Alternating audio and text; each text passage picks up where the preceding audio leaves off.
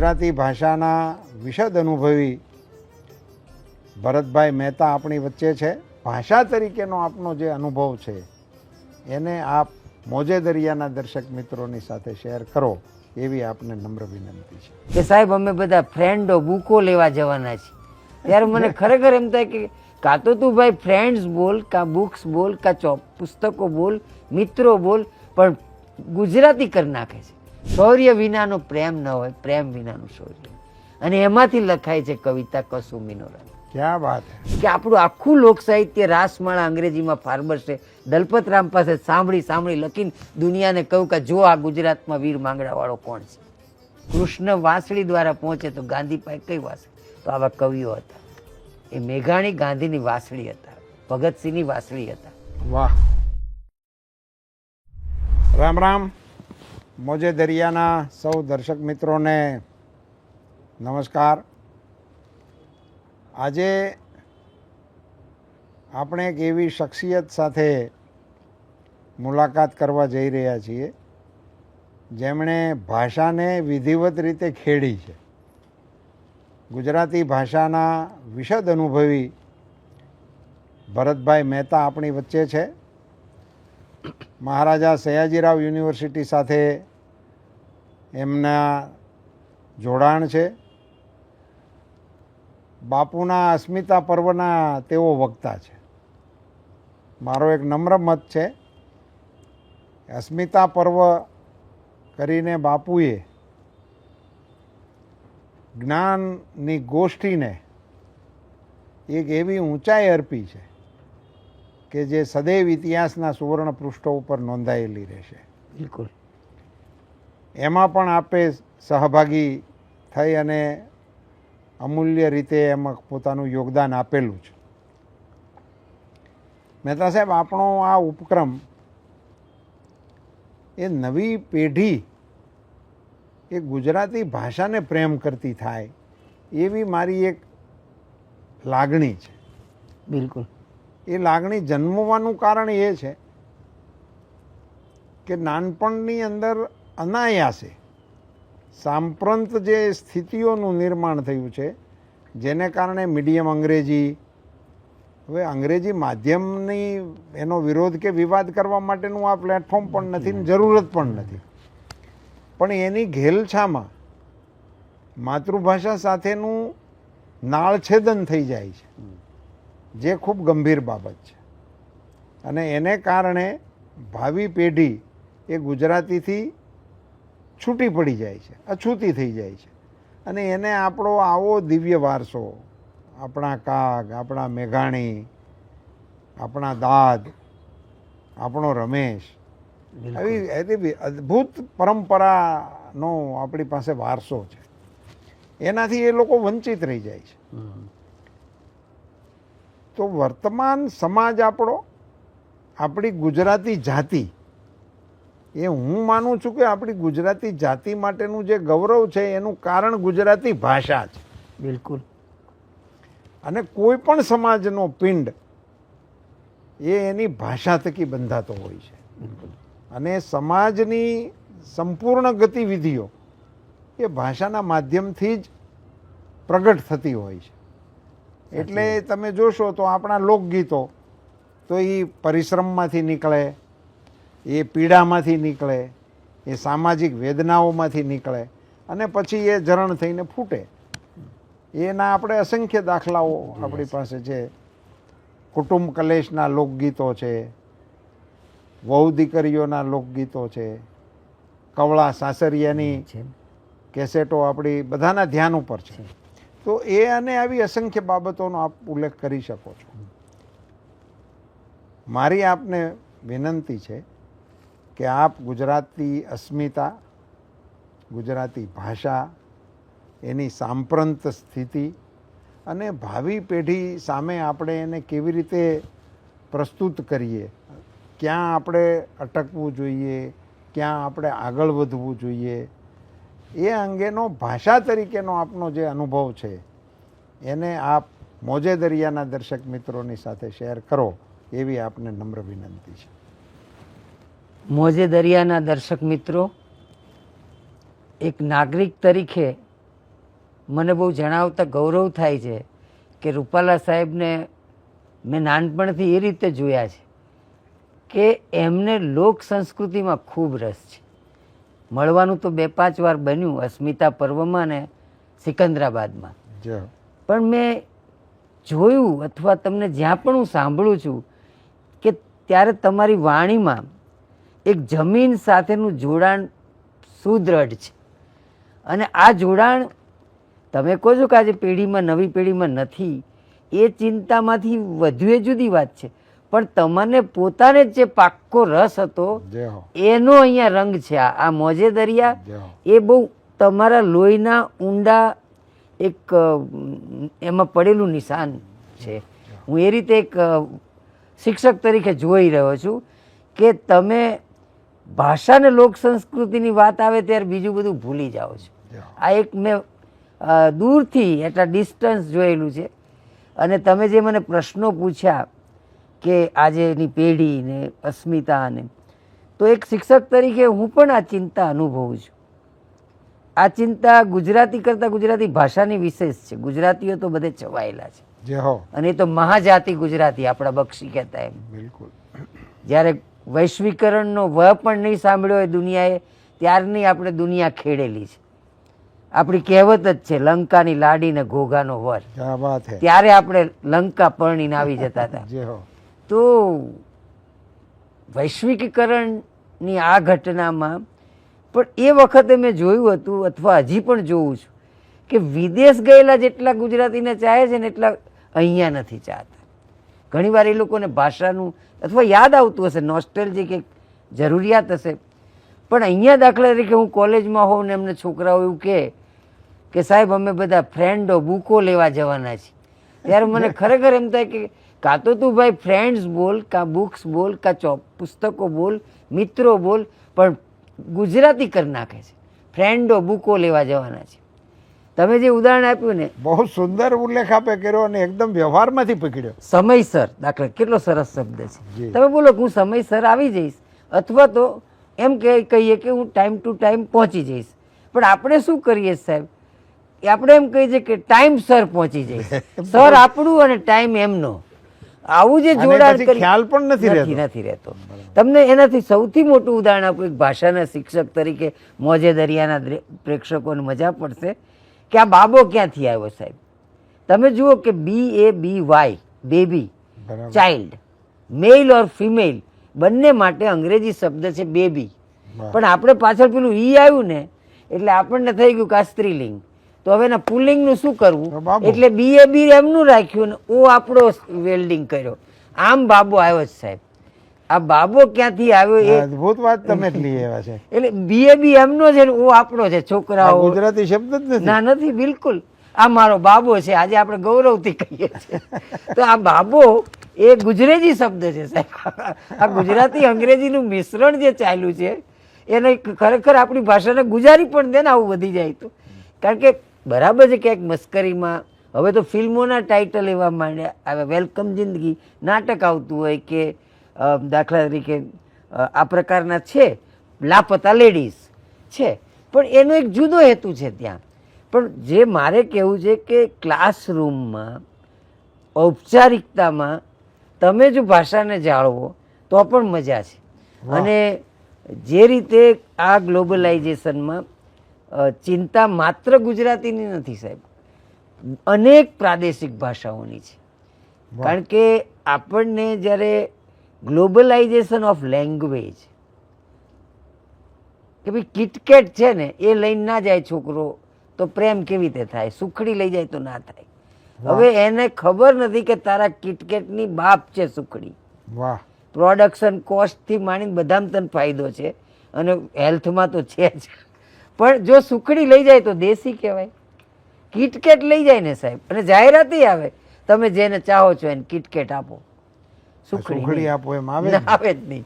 તો આ જે માઇન્ડસેટ લેંગ્વેજનું જે કારણ કે મને ઘણીવાર એવું થાય છે એક નવો વિષય આપે છેડી દીધો, ગ્લોબલાઇઝેશનની ભાષા ઉપર અસર. હા સાહેબ, હું તમને કહું ખરેખર તમે એક જ કોઈ પણ ક્લાસમાં તો મોટા માણસ છો, કોઈ પણ સ્કૂલમાં જઈને ખાલી એક ખાલી જગ્યા પૂછજો, ઠંડા મતલબ ખાલી જગ્યા, બધા છોકરા કોકા કોલા ના લખે તો કહેજો, કોઈ શીતલ લખ્યું હોય તો પૈસા પાછા. લખે જ નહીં.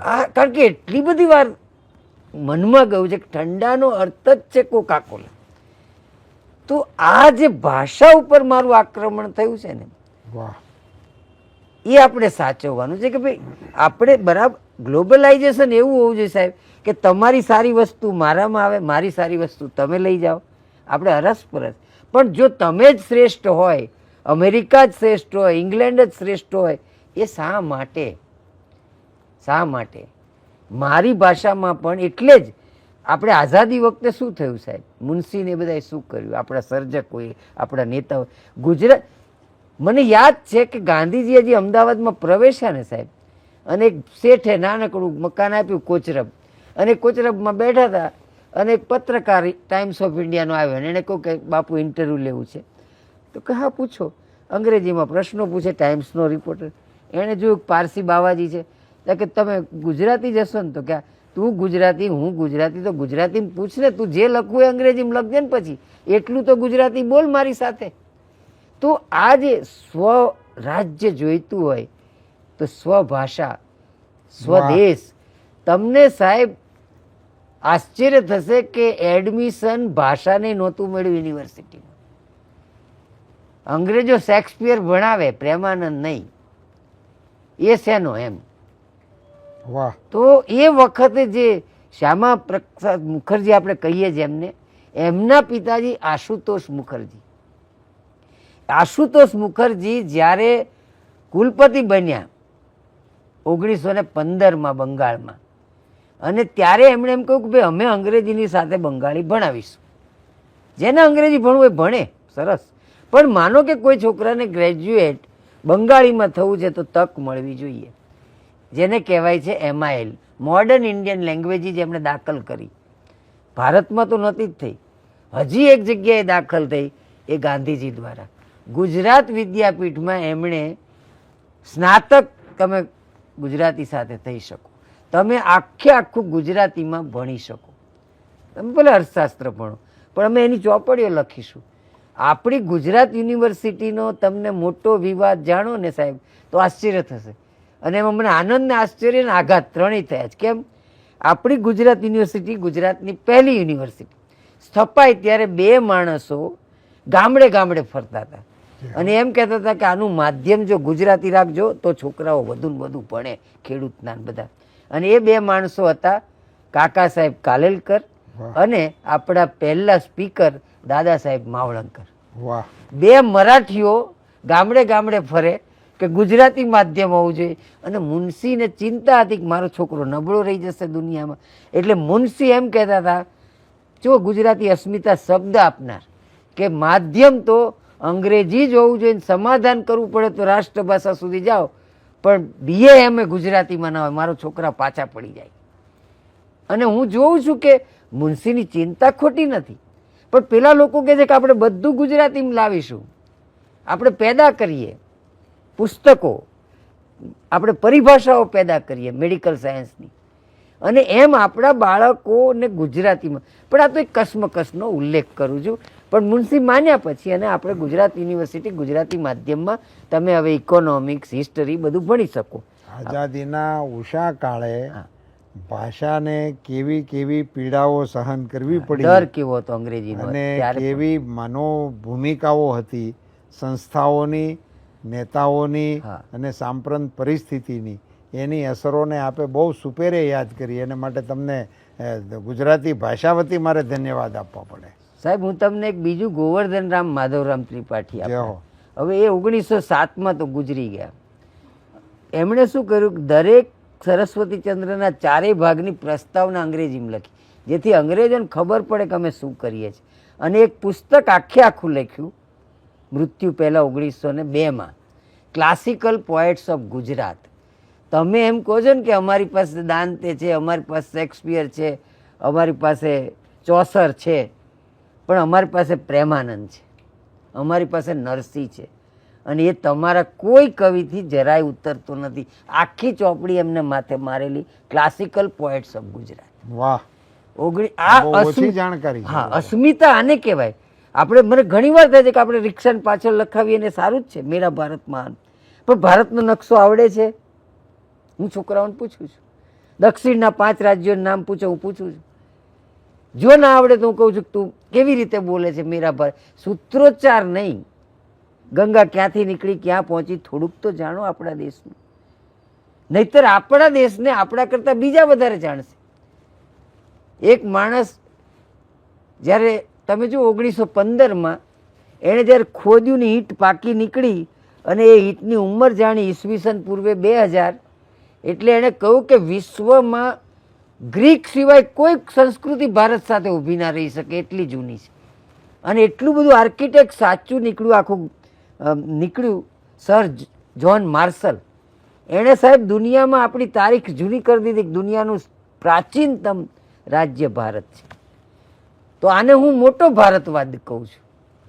એણે બિલકુલ બધા ના પાડી કે આ ઈંટો વાપરશો નહીં, આ તો બહુ નીચે કંઈક છે. આખું નકર નીકળ્યું અને લોથલ સુધી દેખાય, આપણા ગુજરાતના ધોળાવીરામાં દેખાય. આ આપણી અસ્મિતા. ધોળાવીરાની તમે ઈંટો જુઓ તો સાહેબ કોઈ રસ્તો આમ નથી જતો, કાટખૂણે કપાયેલા રસ્તા, સ્વિમિંગ પુલ. એણે કહ્યું કે આર્કિટેક્ટ આટલું અદ્ભુત છે, એનો અર્થ કે ગણિત કેટલું અદ્ભુત હશે. તો આ રીતે જો આપણે અસ્મિતાને જોઈએ કે ગુજરાતની આ નગર આયોજન આજે આપણે કરવું પડે છે, સિટી અર્બન ડેવલપમેન્ટ વગેરે, આ ત્યારે તો એનો અર્થ છે કે આ ભવ્યતાનો વારસો ક્યાંક જતો રહે છે. ચાહે આપત્તિઓ કુદરતી હોય કે ચાહે સુલતાનની હોય, પણ કોઈક આપત્તિઓમાં આપણે અસ્મિતા ગુમાવી, પણ હજી એનું ગૌરવ ચોક્કસ લઈ શકીએ આપણે.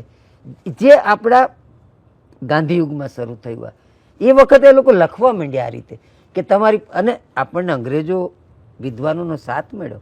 વી introduce Vedas by Max Muller.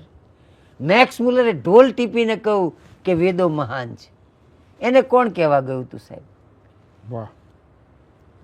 આખું ઇંગ્લેન્ડ જેને મહાન ગણે ને, અને ઇંગ્લેન્ડનું તો નાક આવું હતું આપણે જાણીએ છીએ, કારણ કે એ લોકો એ વખતે વિશેષણે વાપરતા ગ્રેટ બ્રિટન. એ આખા ઇંગ્લેન્ડમાં આદરણીય મેથ્યુ આર્નોલ્ડ વિદ્વાનમાં, એ મેથ્યુ આર્નોલ્ડને પોતાનો કોઈ કવિ ન ગમે, એને હોમર ગમે ગ્રીક, હોમરને ગેટે ગમે બીજા જર્મનના, એ વખતે જીવતા હતા. હવે તો તમે ગેટેને મળવા જાઓ ને કે ભાઈ આખા ઇંગ્લેન્ડના મહાન માણસને તમે ગમો છો, મહાન લાગો છો, તમને કોણ મહાન લાગે? તો ગેટે કે મને મહાન કાલિદાસ લાગે છે. ક્યાં વાત હે કે હું અભિજ્ઞાન શાકુંતલને માથે મૂકી નાચું છું. અને આપણે શેક્સપિયર પાછળ પડ્યા છીએ. અને પેલો શેક્સપિયરના દેશનો માણસ કહે છે કે ગેટે મહાન છે. અને જ્યારે આર્થર ક્લબને એમના એક મિત્ર આર્નોલ્ડના, એણે કહ્યું કે તમે હમણાં છે ને આપણા એક વિલિયમ જોન્સ છે ઇન્ડિયામાં, એમણે ગીતાનો અનુવાદ કર્યો, તમે વાંચો તો કે ના મોકલો. અને ગીતા એમને એટલી બધી ગમી આર્નોલ્ડને કે આર્નોલ્ડના સાહિત્યને જોવાના દ્રષ્ટિકોણમાં તટસ્થતા અને તાદાત્મ્ય જે ગત્યની સંજ્ઞા છે, એમાં ગીતાનો પ્રભાવ છે. તો આ રીતે જેને હું ઇન્ડોલોજિસ્ટ કહું છું, આપણે હજી સાહેબ બીજું ગુજરાતી ઉદાહરણ આપું. દલપતરામ વઢવાણ અને અમદાવાદનો કલેક્ટર એલેક્ઝાન્ડર ફોર્બસ. આ કલેક્ટરને એમ થયું કે બધા કલેક્ટરને આજે થાય છે કે ભાઈ મારે બરાબર ગામ ચલાવવું હોય તો ભાષા તો જાણવી પડશે, તો હું એક ટ્યુશન રાખું. એટલે એમણે વિચાર્યું કે સારામાં સારા ગુજરાતી લેખકનું જ રાખવું, નહીં રાખવું તો. એટલે દલપતરામને કહ્યું કે તમે વઢવાણથી અમદાવાદ વસો કવિ, પણ મને તમારે ભણાવવાનો છે. એટલે કવિ તો રાજી થયા, આવ્યા, અને એમને થયું કે હવે તો મારું દરદરે આર્થિક ફીટ છે, હું તો છે ને વર્ષના 6 રૂપિયા પગાર માગીશ. 6 રૂપિયા પગાર માંગશે. એટલે એ તો રાજી, એટલે ના 12 રૂપિયા માગીશ એમ. એટલે જેવા ગયા પછી બેઠક થઈ, પછી કે કવિ તમે તમારું મહેનતાણું કહી દો. એટલે કવિએ કહ્યું કે મહિનાનો, એમને એમ કે હું 12 લઈશ. અને ફાર્બસ સાહેબ કે 6 આપીશ. ના ના 12 વગર તો ના પોસાય. પછી કે મને 12 નહીં પોસાય ફાર્બસ કે. તો મોઢું પડી ગયું કવિનું. એટલે પછી ખબર પડી કવિ કે હું વરસ ના કહું છું, પેલો કે હું મહિનાના 6 કહું છું, હું તો તમને 72 આપવાનું. ઓહો જવા દો કે આવી ગયો, રોજ ભણાવાઈશ. તમે જુઓ કે એક માણસ કેવી રીતે ચાહે છે, અને એના માટે ફાર્બર્સ વીર લખાય જ્યારે ગુજરી ગયા હતા. અને એ ફાર્બર્સને બેની દોસ્તી એવી થઈ સાહેબ કે આપણું આખું લોક સાહિત્ય રાસમાળા અંગ્રેજીમાં ફાર્બર્સે દલપતરામ પાસે સાંભળી સાંભળી લખીને દુનિયાને કહ્યું કે જો આ ગુજરાતમાં વીર માંગડાવાળો કોણ છે.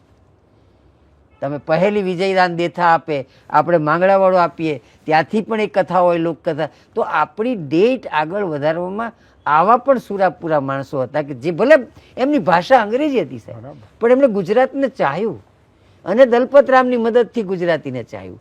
તો આપણી અસ્મિતામાં આ લોકોનો પણ ફાળો છે. નર્મદ તો બરાબરનો અંગ્રેજીનો ટીકાકાર, પણ નર્મદે લખ્યું ફાર્બસ સાહેબ મરી ગયા ત્યારે કે ક્યારેક ભાંગના છોડમાં કંઈક સારો છોડ ઉપજી આવે ને, ફાર્બસ સાહેબ એવા હતા. જો આ અંજલિ પણ કેવી અપાય તમે જુઓ, એ આપણને ભાંગના છોડ અફીણ આપ્યું. ક્યારેય નર્મદ જેનો આપણે પહેલો કહીએ ને સાહેબ, કેટલા શબ્દો બનાવ્યા તમે નહીં માનો. લાગણી શબ્દ એને બનાવ્યો સાહેબ, લાગવું હતો. અચ્છા. હા, એને અણી લગાડવાનો બહુ શોખ. તમે એને પૂછો ને કે તમારો સ્ટડી કેવો અંગ્રેજો, તો કે મારી ભરણી સારી છે. એની આત્મકથામાં ભરણી છે, એને એમ કે ભરણી પણ ચાલુ રાખવો છે.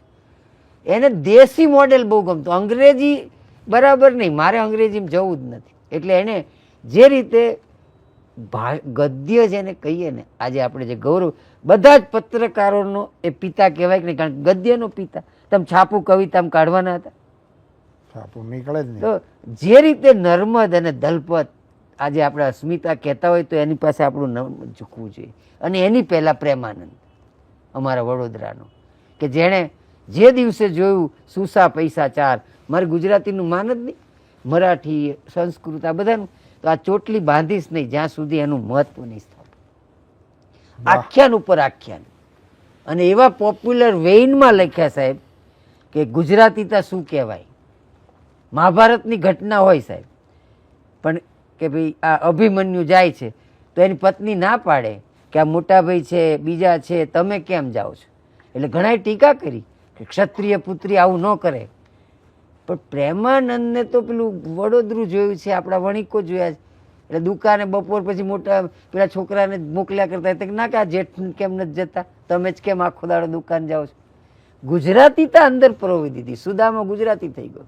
વાહ. અને એ ગુજરાતીતા એવી કરી સાહેબ કે આજે માસ્ટર કહેવાય આપણા. એટલે જો એ મહાકવિ ગદ્ય હોત ને જન્મ્યા હોત તો ગોવર્ધન રામ થાત. આ લોકોએ ગુજરાતની શોધ કરી છે. નહેરુએ લખ્યું ને પેલું પુસ્તક ડિસ્કવરી ઓફ ઇન્ડિયા, તો આ બધાએ શું કર્યું? Discovery of Gujarat. મેઘાણીએ શું કર્યું? ગુજરાત બતાવ્યું આપણને. જે શરમ આવતી હતી ને તમને, મેઘાણી સુધી આ જ વસ્તુ જોવા મળે છે કે જ્યાં પાઘડી પહેરવાની સાહેબ, કલકત્તામાં જઈને પગડી બાબુ, પાઘડી નથી છોડી. પહાડનું બાળક છું ગૌરવ, યુનિવર્સિટીના ખોળામાં ઉછર્યો પણ પહાડનું બાળક છું. પોતા. તો એ જે લોકોએ ગુજરાતીતા, એટલે તમે જ્યારે એમની સોરઠ તારા વહેતા પાણી વાંચો તો ખબર પડે કે આ કયા પ્રકારની સંસ્કૃતિ લઈને આવે છે. એટલે મેં જોયું કે સતત હું મારા લેખકોને જોઉં છું કે ગુજરાતને કનેક્ટ કરતા હતા, અને એ બ્રિટિશર સામે આપણી જીવનની બધી જ શૈલીઓને મૂકતા હતા કે ચાલો આપણે આમાંથી આપણે એમની પાસે આપણી આ વાત મૂકીએ એમ. એટલે પેલા કિનકેડ નામના એક અંગ્રેજ આવેલા પોલીસ ઓફિસર, એટલે એમણે કાઠિયાવાડ ઉપર એક ચોપડી લખી, આઉટલોઝ ઓફ કાઠિયાવાડ. એટલે કાઠિયાવાડના આ બધા લૂંટારુઓ કોને, એ કે તારા હગલા લૂંટારું નથી, આ બારવટિયા છે, આનો મૂલ્યબોધ જોયો છે. દુશ્મનની દીકરી આવે ને તો એને બેસાડે, એને બાપાને કંઈક લઈ જાઓ, આપણી લડત ચાલુ છે. મૂલ્યબોધ બતાવીને એમ કહું કે તમે આ લૂંટારાઓ નથી અમારા, આ બહુ સંતોની નજીકના માણસો છે. જે દિવસે ગાય લઈ લીધી દુશ્મનની થોડીક ગાયો અને સંતાડી એક જગ્યાએ પથ્થર મૂકીને અને ગાયો મરી ગઈ તો જોગીદાસે બારવટું છોડી દીધું છે. એટલે મેઘાણીનો આ આખો ઉપક્રમ શેના માટે હતો સાહેબ? હું તમને એમ કહું કે એ વખતે તમે એમ તો ના જ કહી શકો કે અંગ્રેજો ખરાબ છે તરત જેલમાં પૂરે. એટલે એમણે શું કર્યું, દુશ્મનોની ખાનદાની આવી વાર્તા લખે. હવે સાહેબ દુશ્મનોની ખાનદાની એનું ઊંધું શું થાય, મિત્રોની દગલબાજી. એટલે જે ઝૂકી ઝૂકીને આવ્યા, થોડો વેપાર કરીએ, ભાઈ સાહેબને આપણને લૂંટી લીધા, એના કરતાં આપણી દુશ્મની ખાનદાન હતી. આ આપણને ભણાવવાના ઇતિહાસની રીત હતી. વાહ, મેઘાણીજી તરફનો અને એના લખાણ તરફનો એક નવો દ્રષ્ટિકોણ આપે. બિલકુલ છે. આ ઇતિહાસ લખતા હતા, સાહિત્ય નહીં. કારણ કે ઇતિહાસ શું આવ્યો, ભારતની સ્ત્રીઓ એટલે સતીઓ, બહાર ના નીકળે, કશાયમાં ભાગ ના લે, એવું નથી. તે જોયેલી સ્ત્રીઓ અંગ્રેજ. આ સ્ત્રી છે ને અમારી, એ વાર્તાનું નામ જ દીકરો હોય ને એમાં દીકરો હોય જ નહીં સાહેબ, દીકરી જ બાપનું વેર વાળે. વાહ, એકેય નમાલી સ્ત્રી નથી મેઘાણીમાં, બતાવો મને. એટલે જે ઇમેજ આપી હતી, વુમન ઇમેજ અંગ્રેજોએ ભારતીય સ્ત્રીની, એ બદલી નાખી કે અમારે આ પ્રકારની સ્ત્રીઓ છે. તો હું એક એક વાતમાં જોઉં છું કે એ સાહિત્ય નહોતા લખતા, એને સમાજને ઊભો કરવો હતો. ધરતીનું ધાવણ, આ રોપેલા છોડ નહોતા સાહેબ, ધરતીનું ધાવણ. આપને જે પ્રગાઢ અંદર પ્રેમ થાય છે ને, એના અમે માસ્તરો એટલે એનાલિસિસ કરી, એના કારણો આ છે. કારણ કે હજી તમને ખબર છે કે અહીંયા જ બધું છે અને તમે શોધી રહ્યા છો, અને તમને એમ થાય કે ના, એ મજા તો એમાં જ પડતી હતી. સાચી વાત છે. તો મેઘાણીએ એક એક ને એમને કહ્યું કે હું પ્રાચીનતા પ્રેમી નથી, પણ મારે એમ કહ્યું છે કે જેનાથી તમે આકર્ષાયા છે એના કરતાં તો ઘણું સારું હતું. અમારા પ્રોબ્લેમ હતા થોડા નાના મોટા, પણ અમારે તો જેની યાર ઝઘડો હોય અને બે લડવા ભેગા થયા, ખબર પડ્યું કે ભાઈ આજે તો એની છોકરી છે, એના લગ્ન નજીક આવે છે, ખરીદી કરવા ગઈ છે, ત્યાં કોકે ઝાલી છે, તો પેલાને કે અહીંયા આય, આપણે બે પેલા તારે છોકરીને છોડાઈ દે, પછી આપણો હિસાબ પૂરો કરીએ. વાહ, ચોટીલા. હા, અને પછી બે જણા છોકરીને છોડાયું, પછી કે આવી જાય, ચાલ હવે પેલા પર્વત પાસે. ત્યારે પેલી છોકરીએ કહ્યું તમે મને છોડાઈ, તમે મારા કાકા થયા, આ મારા બાપા. બે જણા ભેટી જાવ ને મારી લીધે, અને બે ભેટી ગયા. હવે આ પ્રકારની પ્રજા હતી.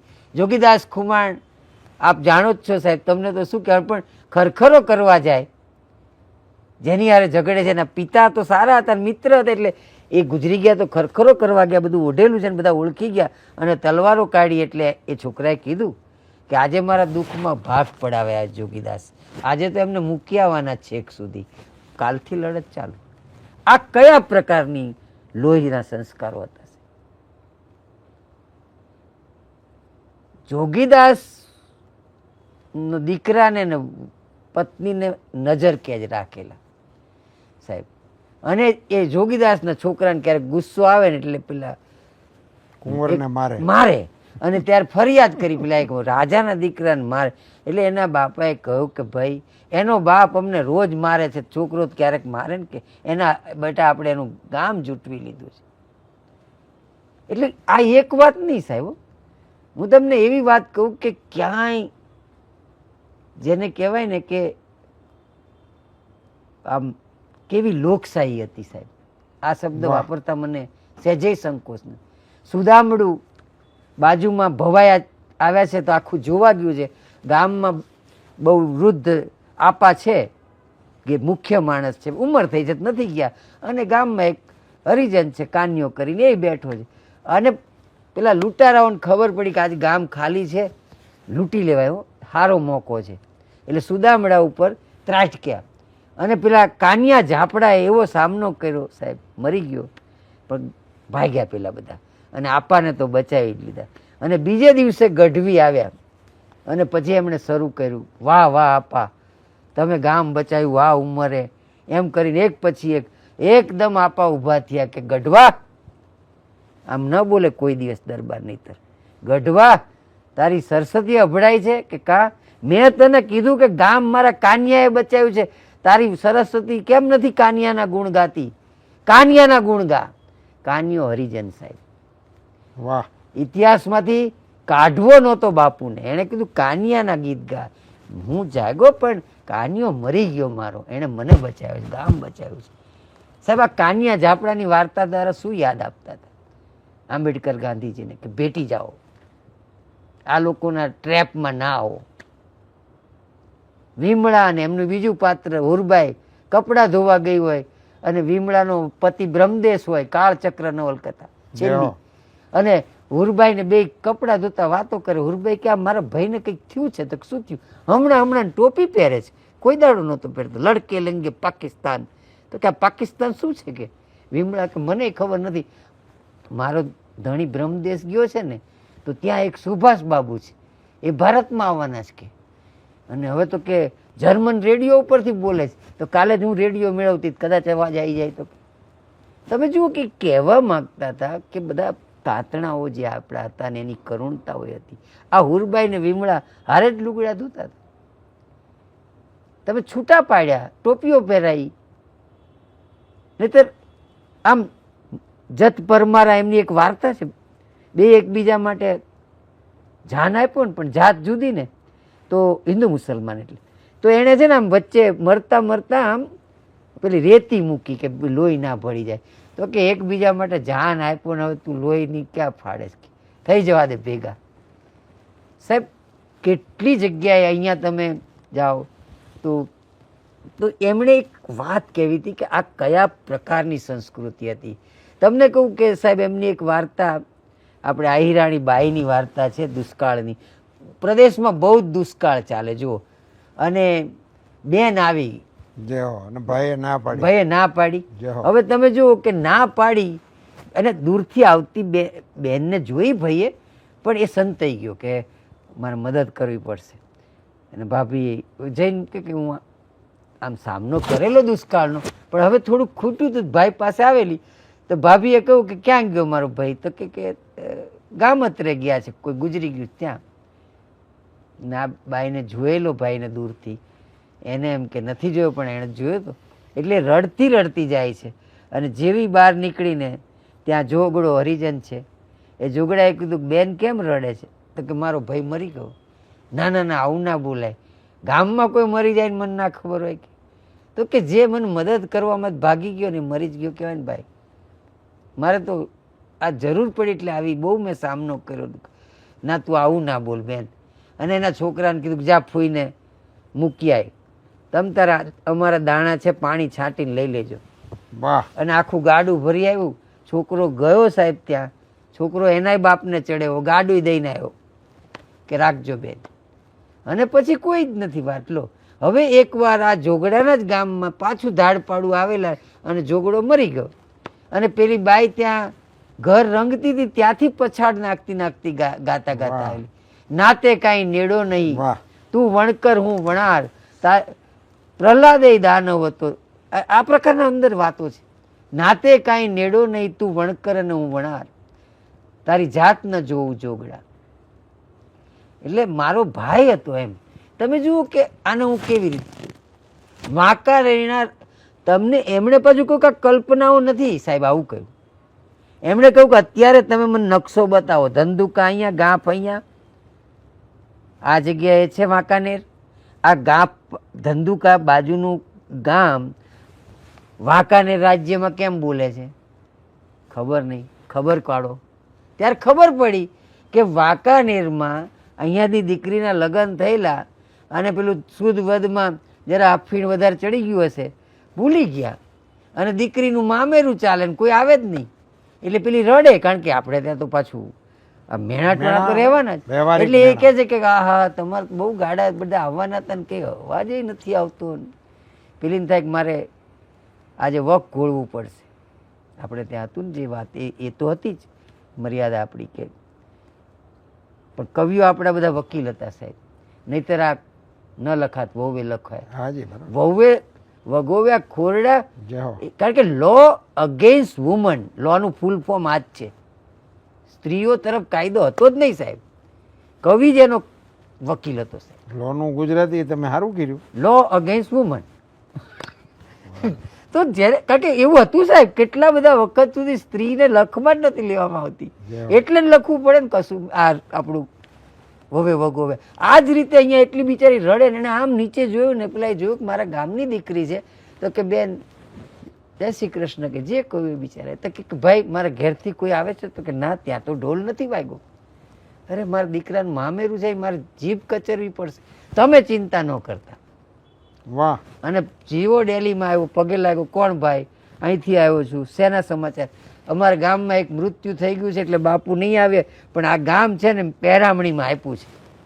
પહેરામણીમાં આપીને દોડતો આવી ગયો ગામમાં, અને બાપુ કહે કે મેં આવું કર્યું છે, તમારે મારી નાખો હોય તો મારી નાખો. અલા આપણે તો આજ તારી તિથિ હતી કે બધા બધું એ થઈ ગયું સાહેબ, પણ તે કે મારું નાક બચાવ્યું છે ને.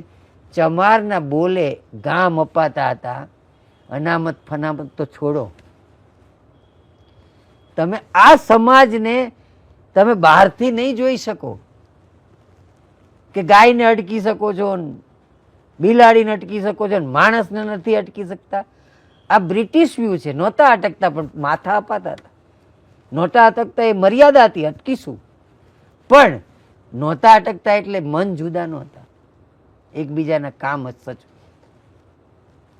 એને દૂધીમાં બચાવેલી ચાંદી છે ને પટેલ નહીં આપતો હરિજન, છોકરીના લગ્ન આવે કે પછી મને આપી દેજો પટેલ. આના કિસ્સા નોંધાયેલા છે. પેલાને આશ્ચર્ય થાય કે મારે ત્યાં કામ કરે છે પણ મેં થોડા બચાયા છે. પણ તમારો પ્રસંગ છે ને, કારણ કે તમારો પ્રસંગ પાછો પડે ને તો તમે મારા માલિક છો, મારી આબરૂ જાય. ક્યાં વાત. આ જે સંબંધ હતો ને માલિક મજૂરનો સાહેબ, ઈશ્વર પેટલીકરની વાર્તા છે વટ. ખરેખર લગ્ન બંધ રહેવા હતા, પણ પેલી બાજુના હરિજનને ખબર પડે કે આપણું આ કામ કરે છે એના શેઠે, તો લગ્ન ન કર્યા, નક્કી કર્યા તો કે મારો વટ ના પડે, તમારો તો ઠીક છે, લગ્ન કરો, મારી પાસે છે કોઈ. આ જે ઈશ્વર પેટલીકર સુધી નોંધાયું છે. એટલે એક વિશિષ્ટ સમાજ છે. જો આપણે બહારથી જોઈએ બ્રિટિશર બનીને તો આપણને લાગે કે ગાયને નથી અડકતા, ભેંસને નથી અટકે છે, ગાયને અટકે છે, માણસને નહીં. ખરેખર મર્યાદા છે, પણ એકબીજા માટે જાન આપતા હતા કેમ નથી કહેતા? તમે અધૂરો ઇતિહાસ બતાવો છો. તમે કહો છો કે સતીઓ થતી હતી, ના, હાથમાં તલવાર લીધી, એ પણ છે. તમે જેટલા મોડેલ આપો છો એની સામે અમારું મોડેલ છે. ગાંધારી અમારું મોડેલ છે તો મીરાય અમારું મોડેલ છે. ટ્રુ હર ઓર હિઝ સેલ્ફ, પોતાની રીતે જીવન જીવ્યા. અને કેટલી ભારતીય પ્રજા ચાહે છે.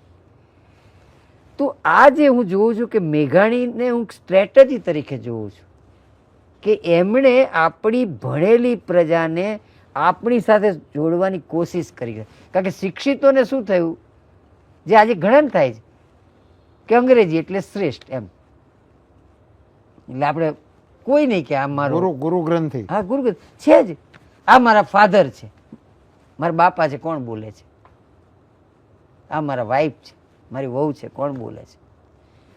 વહુ બોલો તમે પછાત લાગો, અને વાઈફ બોલો ચાલે. આજે માઇન્ડ સેટ થઈ ગયો છે ને, એનું કારણ જ આ છે કે આપણને એમ લાગે છે કે અંગ્રેજી શ્રેષ્ઠ ભાષા, શ્રેષ્ઠ કે કનિષ્ઠ નહીં, પણ મારો શબ્દ છે, પણ આપણને વાપરતા તો સંકોચ જ થાય. એટલે એમને જે દિવસે શિક્ષિત લોકો અશિક્ષિત સાથે જોડાય નહીં સાહેબ, તો દેશમાં કશું જ ના થાય. જે ગાંધીને ખબર હતી, મેઘાણીને ખબર હતી, પણ ગાંધીનો સંદેશ પહોંચે કઈ રીતે? કૃષ્ણ વાંસળી દ્વારા પહોંચે તો ગાંધી પાસે કઈ વાંસળી? તો આવા કવિઓ હતા. એ મેઘાણી ગાંધીની વાંસળી હતા, ભગતસિંહની વાંસળી હતા. વાહ. ભગતસિંહ મરી જાય ને સાહેબ, એ દિવસે છાપાના તંત્રી તરીકે અડધી રાતે એક ડિસ્ટર્બ માણસ, શું લખું હું, એડિટોરિયલ તંત્રી નોંધ, અને એમાં ને એમાં જાણે માતાજી એમ ફૂલમાળ લખાઈ ગયું, તો એમણે કવિતા જ મૂકી દીધી સાહેબ. ઇતિહાસમાં કોઈએ તંત્રી નોંધ કવિતા નથી લખી. વીરાએ તો ફાંસીને નહીં ફૂલમાળ પહેરીને પડ્યો પોખણે હોજી. વાહ બે વાહ. અને જેને ફાંસી શેના માટે થઈ છે? સોન્ડર્સની હત્યા માટે. પણ કેમ હત્યા કરી? કે તમે અમારા લાલા લજપતરાયને માર્યા હતા, નહીતર ન કરે. તમારા આચાર્ય હતા ભાઈ. અમે હિંસામાં ચાહતા, પ્રચુર માનવતાવાદી છીએ, પણ તમે એવું કર્યું. એક સાયમન ગો બેક કહેવા શાંતિથી નીકળેલા ટોળા ઉપર તમે જો માથામાં મારો મારા શિક્ષકને, તો અમારાથી નહીં રહેવાય. એટલે એમણે કહ્યું કે વીરા તું તો તરસ્યોય નહોતો રક્તનો હોજી, હજી તો માને ધાવેલું દૂધ ફોરતું તું. 19 વર્ષ 4 વર્ષ તો કોર્ટમાં ગયા. તો ફૂલમાળની કવિતા રાજકોટમાં બેસીને લખાય ત્યારે દેશ કેવો હશે સાહેબ? તો એ વખતે લખી ફૂલમાળ એમણે, વીર જતીન દાસના સમાન. જતીનદાસ જે ભગતસિંહના મિત્ર 84 દિવસની ભૂખ હડતાલે મૃત્યુ પામ્યા, એના સંભાળના ગુજરાતમાં લખ્યા, વેગળી જાઓ રે અશ્રુની વાદળી. વાહ. આજે મને આંખમાં આંસુ ના આવવા જોઈએ, વીરના તેજને નવ રહો આવરી. આજે તો મને જોવા દો, છેલ્લું દર્શન કરવા દો. એ મેઘાણીના ગમતું હતું કે મારે સમાજને બેઠો કરવો છે. એટલે પેલી નાનકડી બહેન હોય ને સાહેબ, એ લખે, મારે 2 ભાઈ છે, એક વિલાસી અને બીજો તલવાર ઘસનારો. વાહ. અને જ્યારે પેલો ચડી આવ્યો ને તો મારો મેલવાળો ભાઈ ભાગી ગયો ને મારા બાપનું નામ આણે રાખ્યું, તો મને એનું ગૌરવ છે. ભીતે તલવારનો વારસદાર. ભીતે ઝૂલે છે ભીતે ઝૂલે છે તલવાર. એકની ભીતે ઝૂલતી હતી, એકની ભેટે ઝૂલતી હતી. તો આ તલવાર ભીતે ન ઝૂલવી જોઈએ, એ અંગ્રેજોને સંદેશ છોકરાઓને કોણ આપે છે કે તારા જ્ઞાનની તલવારે ભીતે નહીં, અંગ્રેજો માટે નહીં, સતત ઘસતો રહે. આ જે વસ્તુ હતી ને, એક તમે અસ્મિતા કહો છો, આવી હતી. જગદીશચંદ્ર બોઝને સાહેબ જે હો. પગાર નેટિવ કાળિયા એટલે ઓછો આપે ને એમણે કહ્યું કે હું પણ જીવ વિજ્ઞાન ભણાવું, આ સાહેબ પણ ભણાવે, ગોરા છે, તો એમનો પગાર આ મારો કેમ આપ? એ બ્રિટનના છે. તો એમણે કહ્યું પણ ભણાવી હશે તો એક જ યુનિવર્સિટી, મારે પગાર જ નથી જોઈતો જ્યાં સુધી સરખો ના આપો. એમાં રાણી પાસે વાત પહોંચી અને પછી એમણે રસ લઈને કહ્યું બેન સરખો પગાર આપો. પણ પગાર વર્ષો સુધી ના લીધો કે હું શેનો ઓછો લઉં, તમારે જેટલું જ જ્ઞાન ધરાવું છું. વાહ. તમે જુઓ સાહેબ, જગદીશચંદ્ર બોઝની આ વાત તો કોઈના ધ્યાનમાં નથી. ના. જગદીશચંદ્ર બોઝે વૃક્ષમાં જીવ છે હા. એ ના, પણ માહિતી એ વખતે સાહેબ બધા જોડાયેલા જ હતા. એ જ્યારે નોબેલ પ્રાઇઝ લઈને આવ્યા તો સ્ટેશને ટાગોર ગયા હતા અને લગ્નમાં ટાગોરનો ફાળો જગદીશ બાબુને. આ બધા એકબીજા સાથે જોડાયેલા હતા. પ્રફુલ્લચંદ્ર રોય ને વૈજ્ઞાનિક, શિક્ષકો, પ્રેમચંદજી સાંભળે. એક પ્રાઇમરી ટીચર એકવાર આવેલા, ગાંધીજીને સાંભળ્યા, બીજા દાડે રાજીનામું. મેઘાણી, નજરુલનો રણકો કાનમાં પડ્યો અને ગીતો જ ગીતો ક્રાંતિના. કે કેવા ગીતો સાહેબ! ખુદીરામ મરી ગયા ત્યારે નજરુલ શું લખે છે? બંગાળની બધી સ્ત્રીઓ જોજો હો, તમારે બાળક જન્મે ત્યારે મેઘાણી ખુદીરામ તમારે ત્યાં જન્મવાના છે. સહેજ ગળા ઉપર જોજો હો, ફાંસીના ફંદાનો ડાઘો હશે. ક્યાં વાત હે. એક ગીત એટલું બધું વખણાય. એણે તો હું મારા પ્રદેશમાં જઈને આવું કરું તો 2000નો પગાર, મા બાપ બધા દુઃખી થઈ ગયા. તમે એસવાયમાં ભણતા હોય અને 2000નો પગાર સાહેબ, શિક્ષકનો જ્યારે પગાર 20-30 રૂપિયા હતો ત્યારે 2000. એલ્યુમિનિયમના કારખાનાના મેનેજર ઘેર આવી ગયા, પહેલા ટપાલ લખી, હું આવું છું. ગોધૂલીનો સમય થયો છે, ગાયની ઘંટડીઓના અવાજ સંભળાય છે અને મને બોલાવે છે મારો પ્રદેશ, લિખિતન હું આવું છું. અને આવી ગયા. મા બાપે કહ્યું તું શું કરીશ? ના, ખાવા પીવાના પૈસા પેદા કરીશ, તમને માથે નહીં પડું બસ. પણ તે કેવી નોકરી છોડી? પણ હું નથી જીવી શકતો, મને નહીં ફાવે, મારે જુદું કરવું છે. 60 રૂપિયામાં નોકરી, ફૂલછાપ, 2000થી 60. એ જ વર્ષે જન્મેલા હતા સુભાષ બાબુ, એ જ વર્ષે મેઘાણી. ICS થવાનું, અરજી ફાડી નાખવાની, શું કહેવાય, ડિગ્રી ફાડી નાખવાની. એમના ભાઈનો પત્ર આવ્યો કે ગાંડા, તું સૌથી મોટી ડિગ્રી ICS ફળાતી હશે, આ તો અંગ્રેજોને બતાવવા કે અમે થઈ શકીએ છીએ. પણ મા બાપ કેટલા દુઃખી છે ખબર છે તને? તો એણે કહ્યું કે હા છે, મને ખબર છે, એક આંસુ છે મારી આંખમાં એમને દુઃખ પહોંચાડવું. પણ ભારત માતા માટે નિર્ણય લીધો ને એનો બીજો આંસુ છે. ક્યાં વાત હે. ઇતિહાસની કચરાપેટી એટલી મોટી છે ને કે સુભાષ બાબુ કલેક્ટર થઈ ગયા હોત ને ખબર ન પડે, કેટલાય આવીને જતા રહ્યા. એમ મેઘાણી જો ત્યાં મેનેજર પગડી બાબુ થયા હોત ને શું થાત? આખી યુનિવર્સિટીઓ ના કરી શકે ને એટલું કામ કરીને ગયા છે. અને એની પાછળની સ્ટ્રેટેજી તો એ હતી કે મારા દેશને ચાલતી પ્રવૃત્તિ સાથે મારા રાજ્યને જોડવું છે. એટલે એમણે બરાબર નજરુલે જે કામ ત્યાં કર્યું એ કામ અહીંયા કર્યું. એટલે એ લખતા હતા કે ભાઈ વંદાથી શું બીવે છે આપણી છોકરીઓ, નીકળો વંદો નીકળે કુદાકુદ. આ ચારણ કન્યાનો પ્રદેશ છે. વાહ. તો જે રીતે એમણે એક એક કવિતા હું જોઉં છું, પ્રેમ શૌર્ય, જે હેમચંદ્રાચાર્ય આપણને કહેલું, જ્યારે જે ભાષા ઘડાતી હતી ત્યારે આપણો જે ભાવ હતો કે બેન મારો ધણી પાછો ના આવે ને ભલ્લા હુઆ જો માર્યા, ભલું થયું એ ત્યાં યુદ્ધમાં મરી ગયો, પાછો આવે ને તો હું મારી બેનપણીને મોં શું બતાવે, ભલ્લા હુઆ જો માર્યા, ભાગીને આવ્યો તો મને ન ગમે. અને બીજી બાજુ તમે જુઓ કે જેવા એકદમ કાગડો આમ ઉડાડ્યો ને હાથમાંથી કંગન પડી ગયું, રાહ જોતી હતી કે કોક આવશે, અને બીજું આમ ઉડાડવા જાય છે તો લોહી પીવું જોયું ને એકદમ લોહી વધ્યું અને કંગન, બે કંગન તૂટ્યા, એક આના માટે એક પીવું ને જોયું તો પ્રેમ શૌર્ય, નર્મદનો પ્રિય શબ્દ. શૌર્ય વિનાનો પ્રેમ ન હોય, પ્રેમ વિનાનું શૌર્ય.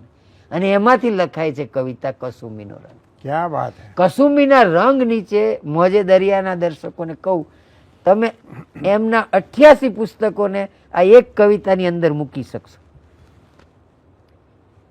એક કે આખી એમની પ્રસ્તાવના સાહેબ, એમણે જે કંઈ લખ્યું હોય ને કે ક્યાંથી કસુંબીનો રંગનો અર્થ શું કરશો, એ શું કાળો ધોળો રંગ હતો?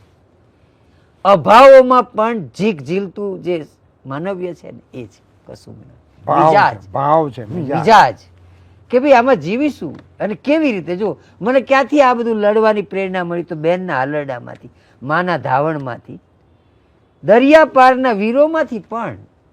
અને આ બધું મેં ભેગું કરું છું કવિ છે એટલે. ઘોળી ઘોળીને ભર્યા ટેકીલા રંગીલા પીજો કસુંબીનો રંગ, સમગ્ર મેઘાણી સાહિત્ય સાહેબ. દોરંગા દેખીને ડર્યા, જે ડબલ મનના હશે ને એ ભાગશે. તો મેં તો જોયું કે એમનું બધું જ સાહિત્ય તલવારનો વારસદારી છે આમાં. માના ધાવણથી શીખ્યો તો ક્યાં શિવાજીનું હાલરડું એમને એમ લખાય, ક્યાં મહારાષ્ટ્ર, ક્યાં કાઠિયાવાડ, પણ ઘેર ઘેર ઘેર ઘેર આભમાં ઉગેલ ચાંદલો ને જીજાબાઈને. એમાં જુઓ તમે વાત શું છે, ગઈકાલ અને આજ અને આવતીકાલ. આજે મારા ભાઈ તું સુઈ લે, કાલે તો પથરો મુકાશે, તું જંગલમાં આવીશ. તો કોઈ સ્વાતંત્ર્ય સેનાની વાત નથી કે આજે તને મોટો કરું દીકરા, પણ કાલ જોડાઈ જજે, મારો દેશ ગુલામ છે. આ શું શિવાજીની કવિતા હતી? અંગ્રેજોને ન ખબર પડે એમ અંગ્રેજો વિરુદ્ધની કવિતા હતી. અંગ્રેજોને ન ખબર પડે એમ દુશ્મનોની ખાનદાની અંગ્રેજો વિરુદ્ધનું સાહિત્ય હતું. આ એક એમની યોજના હતી એમ કહું છું. એટલે એ આબમાં ઉગેલ લખે છે. ક્યારેક ગઈકાલને, હવે જો માનો કે આઝાદી મળી જશે પછી આપણે બધા છીએ ને, તો એકદમ એક કવિતા લખી. એમાં શું લખ્યું? આપણે ત્યાં નથી કહેતા આ લોકો ગયા પણ એ વખતની વાત જુદી હતી, હવે આપણને ના પોસાય. આપણે બધા ભગતસિંહ ગમે, ભગતસિંહ પેદા થવા જોઈએ ઘેર ઘેર, મારા ઘર સિવાય. એટલે એમાં આવે છે વિદાય. અમારે ઘર હતા, ભાઈ હતા, ભાંડુ હતા, પિતાની છાંય લીલી ગોદ માતાની હતી, ગભૂડી બેનના આંસુ ભીના હૈયા હિચોળે, અમારા નૈન જંપતા આરામ ઝૂલે. વાહ. બધી માયા મોહબ્બત પીસતા વર્ષો વીતેલા, કલેજા ફૂલના અંગાર સમ કરવા પડેલા. સમય નહોતો પ્રિયાને ગોદ લઈ આલિંગવાનો, સમય નહોતો શિશુના ગાલ પણ પંપાળવાનો. જે દિવસે ભગતસિંહે બોમ્બ ફોડ્યો એ દિવસે આપણા ગુજરાતી બેન, એમના મિત્રના પત્ની, એ તો પેલા ભાઈ તો ગુજરી ગયેલા, જેમને એ લઈને જ કલકત્તા ગયા, કલકત્તાથી નીકળી ગયા હતા, જે બોમ્બ ફોડીને કલકત્તા ગયા હતા છેક. તો એ આખી વાત અમે શું હતા. અને પછી એમાં જુઓ સાહેબ એ શું કહે છે કે ભાઈ બિરાદર નૌજવાં આવી ગયા આપણે, બિરાદર નૌજવાં અમ રાહથી છો દૂર રહેજે, અમોને પંથ ભૂલેલા ભલે તું માની લેજે, તમારો જુદો રસ્તો અમન, પણ તું એક વાત ના બિચારા કહીશ ના, લાખો ભલે ધિક્કાર દેજે. વાહ. અમને બિચારા ના કહીશ. ખુદીરામ 7 બહેનોનો એક ભાઈ હતો. એટલે કમસે કમ અમને ચાહનારી બહેનો હતી, અમારે મા બાપ હતા, અમે કઈ નવરા નહોતા પડ્યા. તમે એમ કહો છો કે મારે આ કામ છે ને પેલું, અમારે 1000 કામ હતા.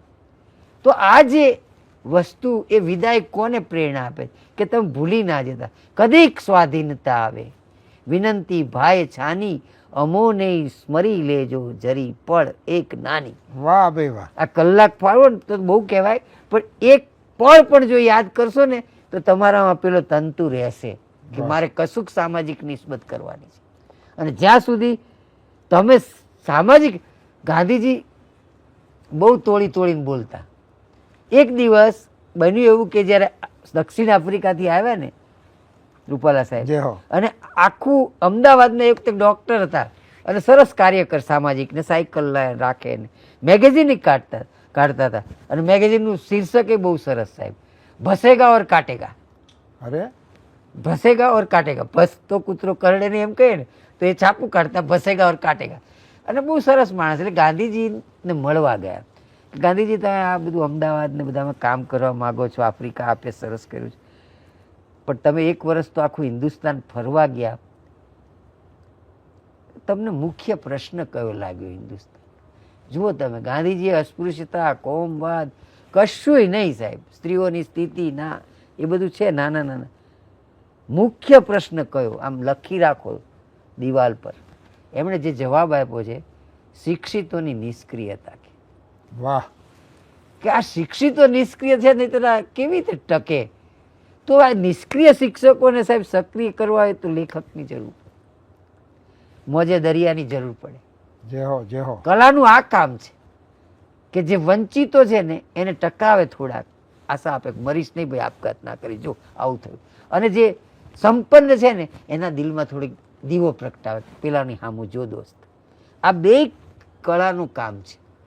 પેલાને સહેજ સોફ્ટ કરવો અને આને થોડો ઉગડવો. કળાની કળા છે ને ભાગી ના જવાય સાહેબ સમાજને છોડી, નહીતર મનોરંજન થઈ જાય. મેઘાણી મનોરંજન શબ્દથી ત્રાસ પામતા હતા. એમણે સમાજને બેઠો કરવો તેમ. એટલે એક નાનપણમાં અમારે સરસ કવિતા આવતી હિન્દીમાં ભણવામાં, આગ લગી ઇસ વૃક્ષ કો. એકવાર ઝાડમાં કંઈક આગ લાગી, આગ લગી ઇસ વૃક્ષ કો, જલને લગે પાત, પાંદડા બળવા માંડ્યા. તુમ ક્યું જલે પંખીઓ, એટલે પંખીઓ ઉડતા નથી. તુમ ક્યું જલે પંખીઓ, પંખ તુમારે સાથ, તમારી સાથે પાંખો છે ને, તમે કેમ ના ઉડ્યા? પંખીઓ જવાબ આપે છે, ફલ ખાએ ઇસ વૃક્ષ કે, ગંદે કીને પાન. આજ ઝાડના ફળ ખાધા, આજ ઝાડના પાન ગંદા કર્યા છે, યહી હમારા ધર્મ હૈ, હમ જલેંગે ઉસકે સાથ. તો સર્જક કલાકાર એનું કામ એ છે કે સમાજ બળતો હોય તો એને બળવું પડશે. કાક બાપુને યાદ કરો. હા, કાક કરાય ને, કરો. વડલો કહે છે વનરાયું સળગી, હા, મૂકી દ્યો જૂના માળા, હા, ઉડી જાઓ પંખી પાંખો વાળા. પંખી પાંખો, બરાબર છે, એક્ઝેક્ટ આવે છે. આ જ છે સાહેબ, એ જ શબ્દો વાપર્યા છે. આપણે સાહેબ આપણા સાહિત્ય, આશરે તારે ઈંડા ઉછેર્યા, હા, અને ફળ ખાધા રસવાળા, વાહ વાહ વાહ, મરવા ટાણે સાથ મેલી દે, ઈ મોઢા મશ વાળા, ક્યાં વાત હે, ક્યાં વાત. ઉડી જાઓ પંખી પાંખો વાળા. આ તમારો રસ છે ને. તરત જ તમે કમ્પેરેટિવ, આપણું ભારતીય સાહિત્ય છે ને ગમે ત્યાંથી આમ આમ કરો ને પણ હરખું થઈ જાય છે. આપણે સંત સાહિત્યની શિબિર કરીએ એક જમાનામાં, ત્યારે ભારત ક્યાં હતું સાહેબ? એવી રીતે હતું નકશો પક્ષ. પણ નરસિંહ, તમે જુઓ તુલસીદાસ, બધાની ભાષા જોશો ને પછી વિચાર જોશો તો એક છે. સંતોની વસંત છે, ફૂલડાના રંગ જુદા છે. એ જ રીતે હું જોઉં છું કે ભારત કલ્ચરલી નકશા વગર એક જ હતું. ગુજરાત તો તમારું 1 મે 1960માં થયું ને, પણ જય જય ગરવી ગુજરાત લખ્યું. નર્મદને કોઈ સંકોચ નથી, ક્યાંથી ક્યાં પૂરું થાય, ક્યાં રાજસ્થાન શરૂ થાય. વાંચજો કવિતા છે 1848માં. ગુજરાતની કેટલી વાર હતી નકશો બનાવવાની, એણે બનાવી નાખ્યો છે. દક્ષિણમાં કુંતલેશ્વર, અહીંયા પાવાગઢ, ત્યાં આબુ. કોણે એને કીધું હતું? આ કહેવાય દેશદાજ. એટલે ચાહતા હતા હું સુરત શહેરનું કેરેક્ટર છું એમ. I is always capital. નર્મદે સંકોચ જ નથી. આપણે ના કહ્યું ભાઈ હમણાં જ હું સાંભળ્યું કે ભાઈ પેલું શું હું કરું એ જજ્ઞાનતા. ના, એ નરસિંહનું હશે. નર્મદે તેમ કહ્યું ના મેં કર્યું છે તો શું કામ નહીં. એટલે એમને આત્મકથા લખીને તો મારી હકીકત, નિબંધો લખ્યા તો નર્મ ગદ્ય, કવિતા લખી નર્મ પદ્ય, સિક્કો જ મારવાનો. મેં લખ્યું છે, જેવું હોય એવું. વિરસ વિકટ મુજ કવન છે. જો સાહેબ પોતાની કવિતાને, વિરસ વિકટ મુજ કવન છે, ગ્રીષ્મ તણુ તે ઘાસ. મારી કવિતા ઉનાળાના ઘાસ જેવી છે વિરસ, પણ મારે સર્વ કવિનો વિરસ વિકટ મુજ કવન છે, ગ્રીષ્મ તણુ તે ઘાસ. વડનગરો નાગર છઉ, સર્વ કવિનો દાસ. હું બીજા કવિઓનો પગે લાગુ છું, પણ મારી કેડી તો હું જ કરીશ. મારે કંઈક નવું લખવું છે, ભલે કાચું લખવું છે, જેથી બીજા પાકું લખે. એટલે એમણે લૌકિકતાનો જે પાસ આપી દીધો અલૌકિકને, કે એમને થયું કે મારે લખવું જ છે એનું, મારા ગુજરાતનું કવિતા. એટલે જય જય ગુજરી ગયો, નહીં તો જય જય ભગવાન આવતા હતા. જય જય ગરવી ગુજરાત આવ્યું. 500 વર્ષમાં કવિતા સરસ હતી, પણ અલૌકિક હતી. આણે જમીનમાં બતાવી. તો આ રીતે આપણે સતત સાહિત્ય દ્વારા બધી ખોજ કરી રહ્યા છીએ. એટલે એમાં નર્મદ, ગોવર્ધનરામ, મુનશી, આ બધાનો ફાળો. મુનશીએ બધા ઇતિહાસો અંગ્રેજીમાં લખ્યા છે. કેમ કે બ્રિટિશરોને ખબર પડે કે ઇતિહાસ અમારો છે, એમ કહું છું. પણ આપણને ઘણીવાર આ નહોતી ખબર. એટલે પેલા આ પણ તમાચું જ છે નહેરુનું નામ પણ, ડિસ્કવરી ઓફ ઇન્ડિયા. ભારત આપણા હાથે જ ક્યાંક ડાબા હાથે મુકાઈ ગયું. એટલે ખોળવું પડે. એટલે દરેક વખતે આપણે કહેવું પડ્યું કે આ બધું અહીંયા હતું એમ અંગ્રેજોને, કે અમે અમારી પાસે છે. એટલે મુનશીએ પણ એ જ રીતે કર્યું. મુનશીના ઇતિહાસ લેખનને હું જોઉં છું તો મેઘાણીએ એ રીતે કર્યું, ગાંધીજીએ એ રીતે કર્યું. એ જ્યારે માનો કે હું તમને કહું કે આપણે અત્યારે અંગ્રેજીથી ને પ્રોટોકોલ, આ એક અત્યારે બહુ મોટો શબ્દ છે ને સાહેબ. હવે ચર્ચિલને મળવા ગયા, પોતળી પહેરીને ગયા. એમણે કહ્યું ચર્ચિલ આ રીતે હું ના મળું, અહીંયા પ્રોટોકોલ હોય ના, સામાન્ય તો હોય ને, અડધા કપડાં પહેરીને હાલ્યા આવ્યા છે એમ. એણે કહ્યું કે આ તો મેં શરમમાં પહેર્યું છે, તમે મારા દેશની હાલત કરીને એનું આ પ્રતીક છે, આ જ પહેરીશ. અને ત્યાંના લેબર્સ મળવા આવ્યા એટલે ચર્ચિલ ગભરાયા કે આ ડોસો પાસે તકલીફ કરી જશે, એટલે પોતળી સાથે મળવું પડ્યું. એમણે કહ્યું પોતળી તો રહેશે જ. તો આ જે આઈડેન્ટિટી હતી, મુનશીએ લખ્યું જ છે સાહેબ. તમે મુનશીની આત્મકથા વાંચો ને, એક દ્રશ્ય બહુ સરસ છે. જ્યારે આફ્રિકાથી ગાંધી ઉતર્યા ને તો બધા મુંબઈના બારામાં લેવા ગયા કે ભાઈ દક્ષિણ આફ્રિકામાં સત્યાગ્રહ કર્યો ને અંગ્રેજને થોડાક બરાબર હક્કો, ભારતીયના હક્કો માટે લડ્યા. એક જબરજસ્ત મિસ્ટર એમ કે ગાંધી આવી રહ્યા છે, તો બધા લેવા ગયા. તો અંદરથી ગાંધી ઉતર્યા, ઉગાડું શરીર ને સામાન્ય. તો મુનશીએ લખ્યું છે આત્મકથા, મારી આજુબાજુમાં 2-3 પારસી બાઈઓ હતી, 501 લોકો ગયા હતા, વધારે નહોતા. પણ એમાં પારસી બાઈઓ અંદર વાતો કરે, અલા આન કરતાં તમારો ધોબી સારો જ કે. અને ખરેખર મુનશીએ નોંધ્યું છે, અને એક ખોટી વાત નહોતી. પણ ગાંધી ધોબી માટે જ આવતા હતા. આ દેશ સામાન્ય લોકોનો છે, એ 500 બેઠા તેમનો નહીં. એ વખતે જે 20 કરોડ હતા ને, એમને આ ગાંધી એમનો લાગે. વાલ્મીકી રામાયણમાં છે સાહેબ, કે જ્યારે આમ બધા જીતીને પાછા વળ્યા ને, તો સીતા માતાને જોઈ વાંદરીઓ બધી ઉભરી કે આપણા બધાના ધણીઓ ગયા હતા ને છોડાવવા, એ માતાજીના દર્શન તો કરીએ. તો સીતા માતાને રામજીને જોયા પછી કે અરે રે, આમને તો એક નાનું પૂછડું નથી કે, કારણ કે તમે તમારી જ દ્રષ્ટિથી જુઓ સાહેબ. વાહ. તો જેને કહેવાય કે આ 500 લોકો ઊભા હતા એના માટે નહીં, ગાંધીને ખબર હતી કે મારે કનેક્ટ થવું છે. આખી કોંગ્રેસને બદલી નાખી સાહેબ. નહીતર અરજીઓ જ ચાલતી હતી, પ્રજા સાથે જોડી આપ્યું. લોકમાન્ય તિલક જેવા મહાન માણસ પછી આપણે જે દશા જોઈ છે, એની બેસન્ટ આપણા ભાઈ મોહમ્મદ અલી જીન્ના, સિગરેટ ચીરૂટ પીવાનું, અરજીઓ લખવાની, એમ દાદાભાઈ નવરોજજી, બધા મોટા માણસો હતા, પણ પ્રજા સાથે કનેક્ટ નહોતા. પ્રજા સાથે કનેક્ટ. અને એ 16માં જ 1916માં જ ગાંધીજી પહેલી વાર આવ્યા છે ને ગયા, ત્યાં જઈને શું બોલ્યા સાહેબ, કે આ બધા રાજા અને બધા તમે લોકો આવ્યા સજી ધજીના એની બેસે, આટલું બધું સોનું ને બધું પહેરીને આપણે કોઈ પાર્ટીમાં આવ્યા છીએ કે આપણે દેશને આઝાદ કરાવવા આવ્યા છીએ? આ ચાપકા હતા સામાન્ય માણસના. તમે સામાન્ય માણસને ચાહો, તમારા રાજ્યને, તમારી ભાષાને, તમારા રાજ્યના છેલ્લા માણસને, એટલે તો એમણે શબ્દ આપ્યો સર્વોદય, અંતિમ માણસ. જોગડાને એ આહિરાણી બાઈના ચમારના બોલે ને, એક બાજુ રાજનીતિમાં જુઓ, બીજી બાજુ સાહિત્યમાં જુઓ. તો આ એકતા જ્યારે થતા ને તમને આશ્ચર્ય થયું ને કે જગદીશચંદ્ર બોઝ ને ટાગોર લેવા, સાહેબ અત્યારે આ જ થવું જોઈએ. સારો ડૉક્ટર, સારો સાહિત્યકાર, સારો રાજનીતિજ્ઞ બધા એક સાથે હોવા જોઈએ, વાહ. તો દેશ એક થાય.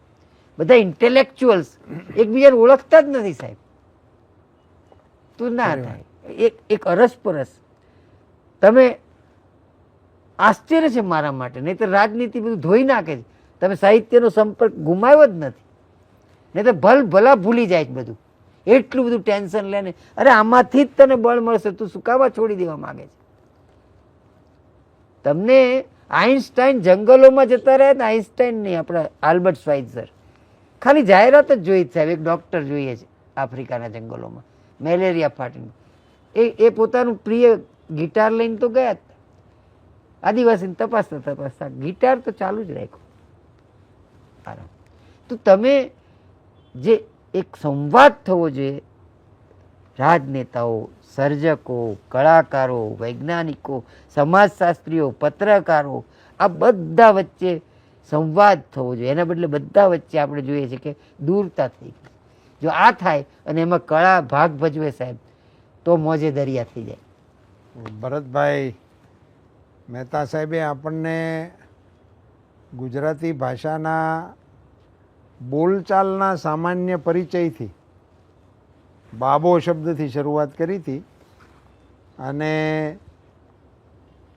દેશના ગણમાન્ય નેતાઓ, ગુજરાતના લબ્ધ પ્રતિષ્ઠિત લેખકો, એમણે કરેલા પ્રયોગો, એ પ્રયોગોની સાર્થકતા, આઝાદીની લડાઈ સાથેની નિસ્બત અને અત્યાર સુધીની યાત્રાને ખૂબ જ અભ્યાસપૂર્ણ રીતે મોજે દરિયાના દર્શક મિત્રો સામે મૂકી છે. હું ભરતભાઈનો હૃદયપૂર્વક આભાર માનું છું. તમારી ચીવટ માટે મારે આપને ધન્યવાદ આપવા છે. તમે ભાષા કર્મને ખાલી રસની દ્રષ્ટિએ નથી જોયું, પરંતુ તમે એના મર્મને પોંખવા માટેનો પણ પ્રયાસ કર્યો છે. મેઘાણીજીના સાહિત્યની ઉત્કટતા તો છે જ, ઉત્કૃષ્ટતા પણ છે, પણ સાથે સાથે એમની જે યોજના હતી એને ઉઘાડ કરવાનો ખૂબ ઉમદા પ્રયાસ કર્યો છે. કે એ લખતા હતા એ માત્ર ભાષાની સેવા માટે નહોતા લખતા, પણ એમના ઈશારાઓ કોઈ બીજી તરફ જતા પાછળની ભૂમિકા અને એને જાગૃત કરવા માટેનો એક સબળ પ્રયાસ. આપે તો વાંસળી સાથે એમનું તુલના કરી કે કૃષ્ણ વાંસળીથી સંદેશો આપતા હતા, એમ ગાંધીજીના મનોભાવોને મેઘાણીજી સાહિત્યના માધ્યમથી સાધારણ જન સુધી એ પહોંચાડતા હતા. નવી પેઢી ભાષાની આ બળકટતાને જાણે. આ થાય છે. આપે બહુ સુંદર વાત છેલ્લે સમારોપમાં આપે કરી કે ગાંધીજીએ સામાન્યપણાનો પરિચય કરાવ્યો અને જેથી એ લોકોની સાથે જોડાણા અને આ સાધારણ માણસને એવું લાગણી આપવામાં સફળ રહ્યા કે આ પોતિકો જણ છે. અને એનો પરિચય એમણે એ વખતના બ્રિટિશના વડાની સાથે પણ અકબંધ રાખ્યો કે ભાઈ હું તને મળીશ તો પોતળી સાથે જ, નહીં તો એ તો પોતે બેરિસ્ટર હતા, એ 3 પીસ સૂટની અંદર જઈ શકતા હતા, એમને કશી અગવડતા પણ નહોતી. પણ એ બધું ભાષા સાથે કેટલી નિસ્બત ધરાવે છે અને આખા એ વર્તનોને વર્તણૂકની અંદર ભાષાનું કેટલું મહત્ત્વ છે એ આજની આપની આ ચર્ચામાંથી નવી પેઢીને ખૂબ બોધરૂપે જાણવા મળશે. આવી ઉત્કૃષ્ટ વાતો બહુ સહજ રીતે આપે મોજે દરિયાના દર્શક મિત્રોની વચ્ચે વહેંચી છે, એ માટે આપને ધન્યવાદ આપું છું.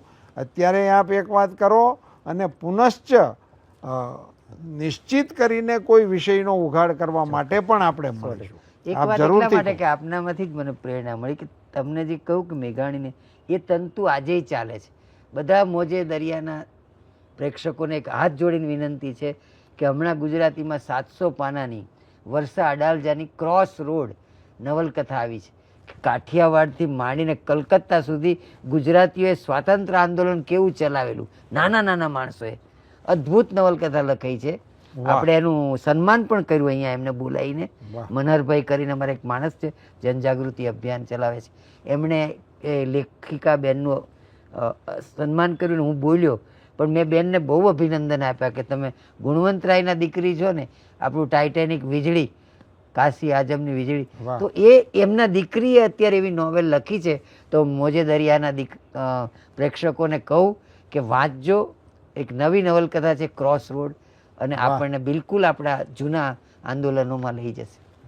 હા, આપે આ અપીલ કરીને એક વિષય મૂક્યો, એમાં વર્ષાબેનની ક્રોસ રોડ નવલકથા વાંચે બધા, એ બહુ સુંદર વિષય છે, પણ વાંચવું એવી અપીલ કરવી એ મોટો વિષય છે. હવે લોકો આ મોબાઈલની અંદર એવા ફસાણા છે કે એને આ વાંચન છૂટી ગયું છે, તો એ વાંચવા તરફ પણ નવી પેઢી વળે એ ખૂબ જ જરૂરી છે. અને એમાં આવા ઉમદા આ પુસ્તકો નવા આવતા હોય તો એનો પરિચય થાય, એ આપની કક્ષાએથી ખૂબ સુંદર સજેશન થયું છે.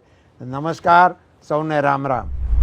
આજે આપણા સૌ માટે આનંદ અને ગૌરવનો વિષય છે કે તુષાર શુક્લજી આદરણીય પદ્મશ્રીથી વિભૂષિત આપણા એક ગુજરાતી સાહિત્યકાર એ આપણી વચ્ચે છે. આપ નવી પેઢીને ધ્યાનમાં રાખીને, નવી પેઢીને કેન્દ્રમાં રાખીને ગુજરાતી ભાષા અને આપણું ગુજરાતીપણું એ વિષયને અમારા દર્શક મિત્રો વચ્ચે ખોલો એવી મારી આપને નમ્ર વિનંતી છે. તો ભાષા જો તમારી જે તમને માતૃભાષા મળી છે એ સાચવો તો તમારું મૂળ તમને સહજપણે મળે. આપણું મૂળ આપણી માતૃભાષામાં છે. ડોલરની સામે રૂપિયો સસ્તો થાય એનો અર્થ અંગ્રેજી સામે ગુજરાતી સસ્તી થઈ એવો ન કરવો. વાહ, બહુ મુદ્દાની વાત છે. મારા પપ્પા અમારા લોકોની સાથે ભરપૂર સમય પસાર કરતા. તમને એમ થાય કે મેં નોકરી નહોતા કરતા, તો મમ્મી પપ્પા બે જણાએ જ્યારે લગ્ન કર્યા ત્યારે એવું નક્કી કર્યું હતું. મમ્મી સરકારના શિક્ષણ વિભાગમાં નોકરી કરતી હતી, પપ્પા લેખક ફ્રીલાન્સ, એટલે બેઉએ ભેગા થઈને નક્કી કર્યું કે મમ્મીની આ જોબ સરકારી છે ને ચાલ્યા કરે, તો પપ્પાએ કીધું કે તો હું ઘેર રહીને છોકરાઓનું ધ્યાન રાખીશ.